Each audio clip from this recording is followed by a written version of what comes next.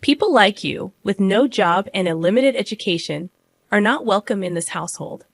With those words, my mother-in-law poured scalding water on me. It's hot, please stop. I involuntarily screamed, shocked by her bizarre behavior. Pouring boiling water on anyone is inexcusable. Fortunately, I suffered no burns, but it could have been a disaster. I couldn't believe my mother-in-law would resort to such extremes. Moreover, it wasn't me but my husband who was unemployed. A growing anger towards my mother-in-law's attitude surged within me. Enough is enough. If she's gone this far, I'll do as she wishes. Understood. If you insist, I have no choice. I'll leave this house, I declared. Finally, you're leaving. That makes things easier for me. My mother-in-law expressed joy, far from being remorseful. I no longer wanted to stay in such a hostile environment. I promptly packed my things and returned to my parents' home.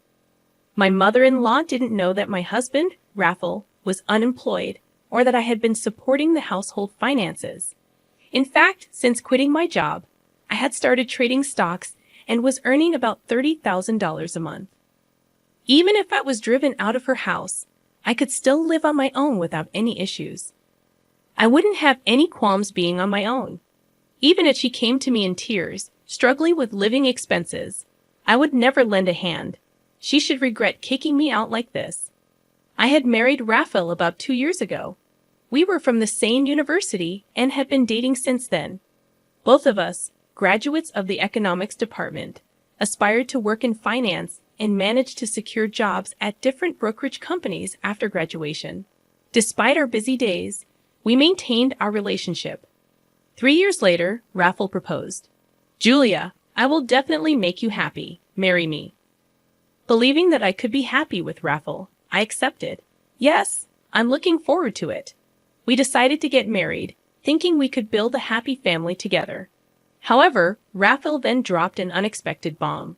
Hey, Julia, would you quit your job and live with me at my parents' house? What? I don't mind quitting my job, but we're newlyweds. I'd like to live with just the two of us. I'm just worried about leaving my mother alone. I'll make sure it won't be a burden to you. Raphael's father had passed away when he was in middle school, and since then, he had lived with his mother. Being an only child, Raphael was concerned about her. Understanding his feelings, I agreed. Okay, I'll live with you. 2 weeks later, we moved into Raphael's family home. My mother-in-law, now able to live with Raphael, initially greeted us with a pleased expression. However, as soon as she looked at me, her expression clouded. She stared at me coldly, making it painfully clear that I was not welcomed. It doesn't matter. You didn't have to come here. What did I mishear? I thought I heard my mother-in-law muttering something under her breath, but I couldn't make it out clearly. I smiled and brushed it off. At this point, I began to feel a bit anxious about living with her. However, the day passed without any particular issues. The next morning, I woke up to the sound of my mother-in-law yelling at me. Are you still sleeping? Hurry up and prepare breakfast. When I looked at the clock by my bed, it was still before dawn, around 4:00 a.m., and it was still dark outside. I was surprised that she would demand breakfast so early. Why so early? Don't just laze around because you're not working. My mother-in-law scolded me, still groggy from sleep. I thought it was way too early in the morning, but I couldn't argue back and started preparing breakfast. Even while preparing breakfast, my mother-in-law kept berating me. Hurry up! Why does it take you so long? You're so slow. After 30 minutes, breakfast was finally ready. I'm sorry for making you wait. You finally finished. Can't you make it faster? My mother-in-law complained again. I wanted to retort that it was physically impossible to do it any faster, but I just smiled and shrugged it off. What is this? This soup is too salty. What is it? I don't think it's that salty. What are you saying? There's something wrong with my taste? Are you trying to kill me quickly by feeding me such salty meals? I never thought or intended such a thing. What is she talking about, and why is she so harsh on me? Curious, I mustered the courage to ask my mother-in-law. Why are you so harsh on me? What are you talking about? I don't think I'm being harsh.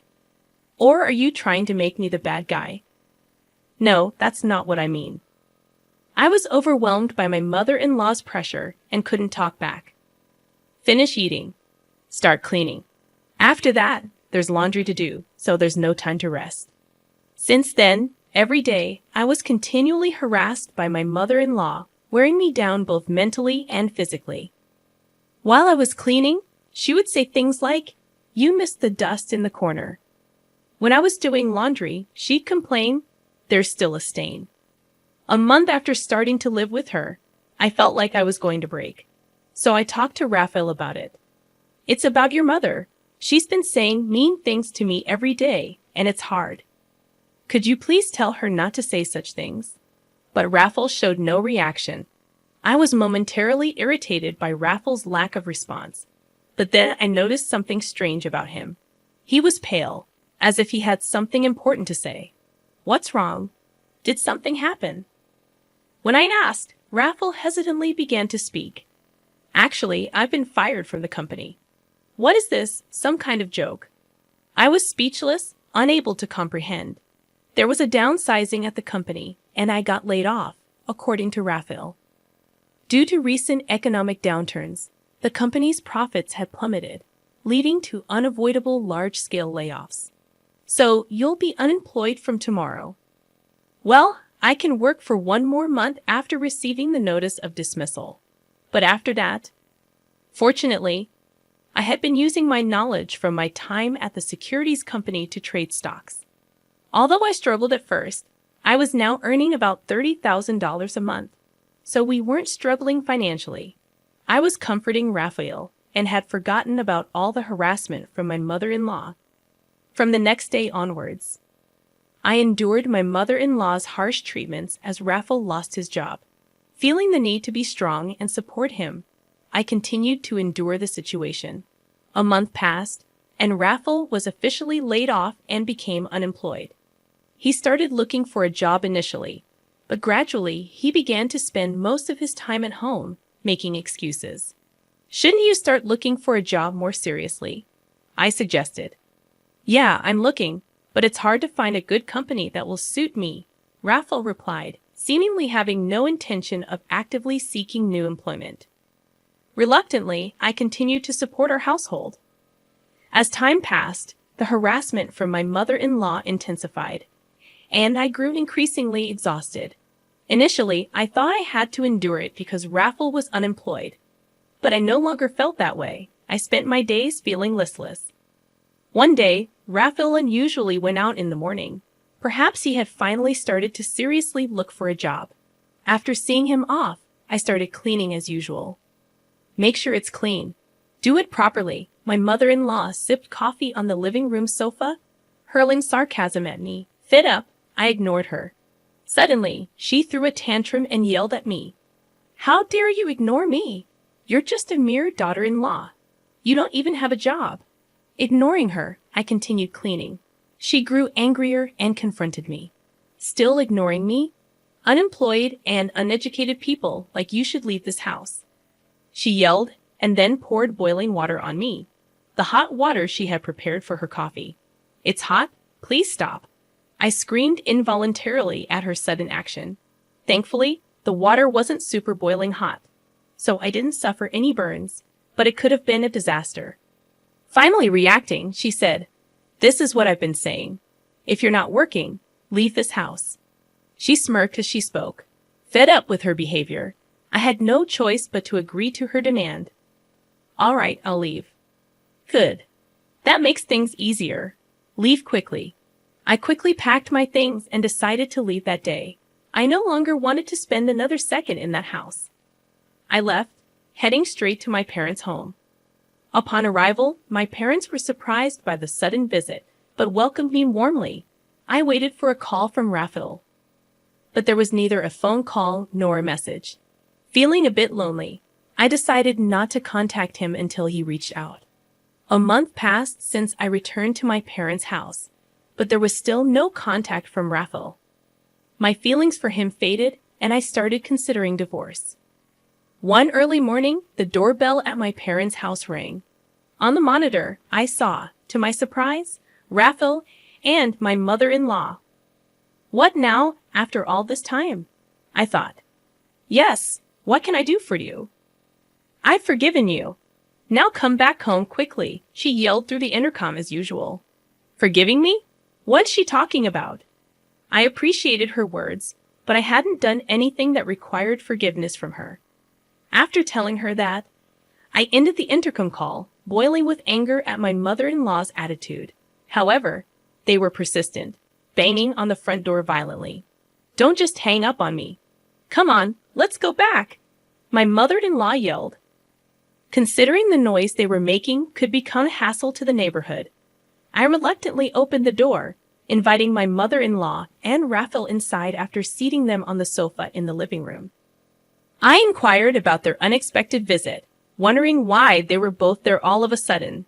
It was my mother-in-law who had insisted that I leave, and now she was telling me to come back. The situation was perplexing, and I couldn't make any sense of it. You're the one who told me to leave. There's no way I can go back now, I asserted. My mother-in-law responded with frustration, accusing me of childish behavior and claiming to have forgiven me. She insisted that I return and stay in her house, even stating that she'd let me, an unemployed and uneducated person, stay there. But I'm not the unemployed one, it's Raphael. And if I go back, they'll take advantage of me every day. I might not be working, but what about your son, huh? I retorted. Raphael seemed surprised at this revelation.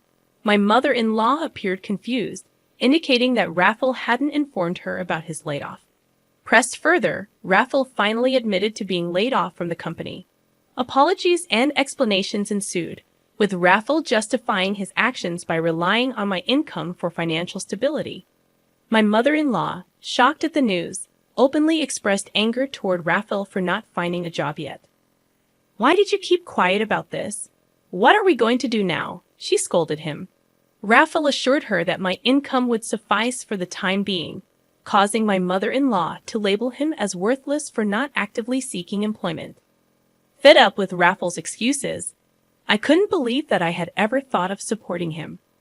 When my mother-in-law suggested I come back, I vehemently rejected the idea, considering all the mistreatment I had endured. Their unexpected visit had turned into a heated argument, revealing the truth about my mother-in-law pouring boiling water on me. Raphael was shocked to learn about this incident and confronted his mother. Why did you do that? He asked her. She admitted to the act, attributing it to my ignoring her.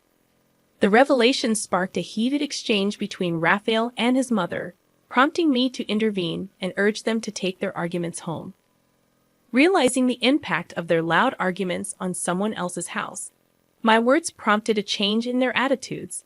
Previously assertive and bold, they now pleaded with me to come back, promising that they wouldn't cause any harm again. Despite their pleas, I saw through their intentions. Raphael's promise to find a job seemed insincere, and my mother-in-law's assurance not to cause trouble appeared dubious. I voiced my skepticism, stating that their words were pointless and that they would only take advantage of me.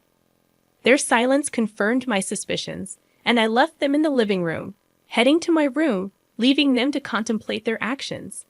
When I returned to the living room 5 minutes later, they were still sitting in silence with their heads down. Frustrated by the prolonged silence, I questioned, "How long do you plan to stay quiet? It doesn't matter to me anymore." Instead of a response, Raphael signed something. I had handed him a pre-filled divorce form with my name on it. Surprised by the document, Raphael looked utterly confused. I bluntly explained, "Can't you see it's a divorce form? I'm done with someone who won't find a job and didn't even contact me after I went back to my parents' house." "Do wait, please. This is too sudden," Raphael protested.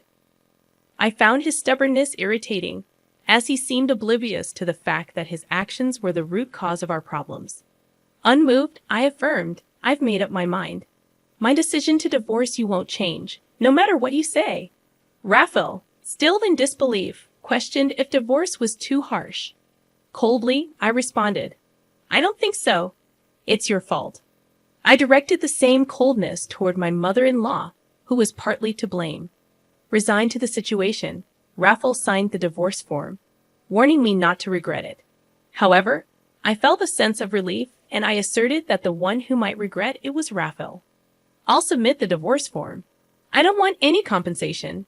Just go home, I declared, finalizing my divorce from Raphael. Though it may have seemed harsh, it was necessary to escape the harassment from my mother-in-law and Raphael's unemployment. 2 weeks later, while relaxing at my parents' house, I received a call from my ex-mother-in-law. She informed me that the electricity and gas had been cut off and questioned if I had done something. I explained that I had stopped paying for Raphael and her living expenses. Hoping for my assistance, she asked if I could cover it just for the month. I found her request absurd, considering we were no longer a couple and didn't live together. I firmly declined, suggesting she ask Raphael for help, as he had promised to find a job. Unable to comprehend my refusal, she pleaded for help, playing the ex-wife card. However, I remained firm, ending the call and blocking her number. Finally, I severed ties with both my ex-mother-in-law, who constantly harassed me, and Raphael, who had proven to be unreliable. Life at my parents' house became peaceful, and I focused on rebuilding my life. Months later, while checking stock charts on a holiday, I received a message from Raphael. He apologized for everything, acknowledging his reliance on me and the recent job at a factory. Despite the apology, I had no intention of getting involved with them again. Raphael mentioned his mother's continued harshness and expressed a desire for me to come back. Reading the message, I believed reconciliation was unlikely. I blocked Raphael's number. 6 months after the divorce, I started dating a man introduced by a friend.